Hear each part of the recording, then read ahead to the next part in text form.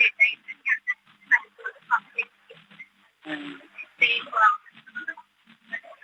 బాగుందండి కేసు.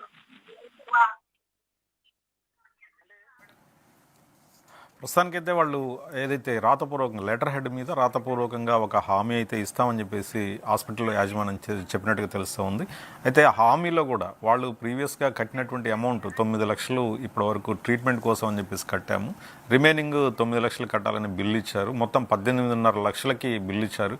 కాబట్టి వాళ్ళు అంటే ఫండ్ రైజింగ్ కూడా చేశారు. వాళ్ళు ఇంపాక్ట్ గురు పేరుతోని ఫండ్ రైజింగ్ చేశారు. వాళ్ళు పేద కుటుంబానికి చెందినటువంటి వాళ్ళు కాబట్టి ఫ్రెండ్స్ కావచ్చు, బంధువులు వీళ్ళంతా కూడా ఇంపాక్ట్ గురువు ద్వారా ఫండ్ రైజ్ చేసి రూపాయి కలెక్ట్ చేసి దాదాపు 9 లక్షల రూపాయలు ప్రతిరోజు ఐసీయూలో ₹1,00,000 చొప్పున ఛార్జ్ చేశారు. వాళ్ళందరికీ ఎప్పటికప్పుడు బిల్స్ కడుతూ వచ్చాము.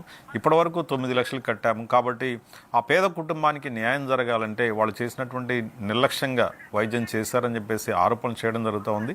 వైద్యుల నిర్లక్ష్యం కావచ్చు, అదేవిధంగా ప్రాపర్గా ఎప్పటికప్పుడు ఆ కుటుంబ సభ్యులకి సమాచారం ఇవ్వలేదు, ఏం జరుగుతుంది, ట్రీట్మెంట్ బతికే ఉందని చెప్పేసి చెప్పేటటువంటి ప్రయత్నం జరుగుతూ ఉంది.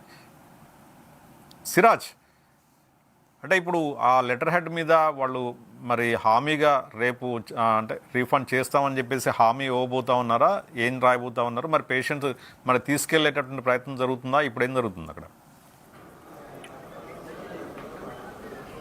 అయితే పేషెంట్ని ఇక్కడ నుంచి తీసుకెళ్లే ప్రయత్నం అయితే జరుగుతుంది. అయితే దానికి సంబంధించిన లెటర్ కూడా ప్రిపేర్ కాబోతుంది. దానికి సంబంధించిన డీటెయిల్స్ మరి కాసేపట్లో మనకి పూర్తి డీటెయిల్స్ బయటకు వస్తాయని చెప్పుకోవాలి. ఎందుకంటే లోపల ఇంకా చర్చలు ఇంకా కొనసాగుతున్నాయి. ఇంకా పూర్తి సంబంధించిన చర్చలు కొనసాగలేదు, పూర్తి క్లారిటీ కూడా రాలేదు. ఎందుకంటే మేనేజర్, కిమ్స్ ఆసుపత్రి మేనేజర్ సురేష్ ఎవరైతే ఉంటారో అతను ఇందాక మనం లైవ్లో కూడా చూడవచ్చు, అతను మాట్లాడిన పద్ధతి కూడా ఒక డిఫరెంట్ ఉంది. మీరు ఏం చేసుకుంటారో చేసుకోండి, మీ డబ్బులు ఇవ్వము, మీకు లెటర్ ఇవ్వము, మీకు చెక్కులు ఇవ్వని, ఇట్లా రకరకాలుగా వాళ్ళని బెదిరించే ప్రయత్నం చేశాడు ఎవరైతే సురేష్ మేనేజర్ అంటే ఇక్కడ కిమ్స్ ఆసుపత్రిలో. అంటే ఒక మాట మీద వాళ్ళు నిలబడలేకపోతున్నారు, ఒక వర్షన్ చెప్పలేకపోతున్నారు, రకరకాల వర్షన్ చెప్తున్నారు.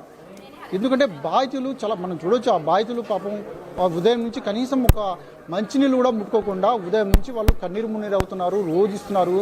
అసలు వీళ్ళు కేవలం వాళ్ళు బిజినెస్ మీదనే ఫోకస్ పెట్టారు, డబ్బుల మీదనే ఫోకస్ పెట్టారు, దందా మీదనే ఫోకస్ పెట్టారు, కోట్ల రూపాయలు వసూలు చేసుకోవాలి, కోట్ల రూపాయలు దోచుకోవాలి అని దీని మీదనే ఫోకస్ పెట్టారు తప్ప అంటూ కూడా బాధితులు ప్రధానంగా ఆరోపణలు చేస్తున్నారు. ఎందుకంటే ఒక చిన్నపాటి రోగం వస్తే ఆ టెస్టులు ఈ టెస్టులు అంటూ కూడా రకరకాల టెస్టులు చేయడం, దానికి బిల్లులు వేయడం, అంటే చిన్నపాటి రోగం ఉన్నా సరే దానికి హై డోస్ సంబంధించిన ఇంజెక్షన్లు వేయడంతో ఆ ఇంజెక్షన్లు అనేవి పలుమార్లు వికటించడం, ఒక రోగం కాకుండా ఇంకో రోగం మీద ఎఫెక్ట్ పడడం, ఇట్లా రకరకాలుగా జరగడంతో చివరిగా మన స్నేహ చూడవచ్చు ఇక్కడ కిమ్స్ ఆసుపత్రిలో చాలా వరకు కూడా జూనియర్ డాక్టర్స్ ఉన్నారు. ఇక్కడ జూనియర్ డాక్టర్స్ ఉన్నారంటూ కూడా బాధ్యత చాలామంది చెప్తున్నారు. ఆ జూనియర్ డాక్టర్ చేతనే ఎవరైతే ఆ స్నేహ ఎవరైతే ఉంటారో ఆమె పేషెంట్, ఆమె కూడా జూనియర్ డాక్టర్స్ చేత ట్రీట్మెంట్ చేయించారు.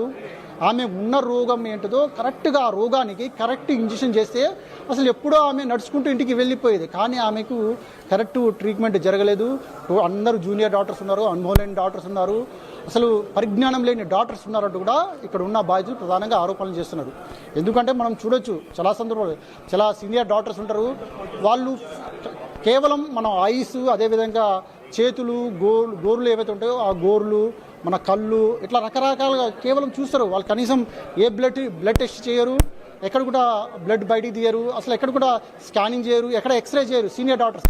కేవలం ఈ కళ్ళు, ఈ గోర్లు చూసేవాళ్ళు కేవలం మందులు రాసేస్తారు, ఆ మందులతోనే తగ్గిపోయింది. కానీ ఇక్కడున్న డాక్టర్లు మాత్రం రకరకాలుగా టెస్టులు చేశారు.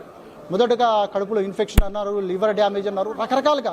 చివరికి స్నేహాను మాత్రం బ్రెయిన్ డ్యామేజ్ అయింది, బ్రెయిన్లో వాటర్ వచ్చి ఇట్లా రకరకాలుగా ఆమెను టెస్టులు, ఆ టెస్టులు, ఈ సిటీ స్కాను, ఆ సిటీ స్కాను, ఆ ఎక్స్రే, ఈ ఎక్స్రే అంటూ కూడా చివరికి ఆమెకి ₹1,00,000 దాదాపు తీసుకుంటే 9 లక్షల రూపాయల పైనే బిల్లు వేశారు.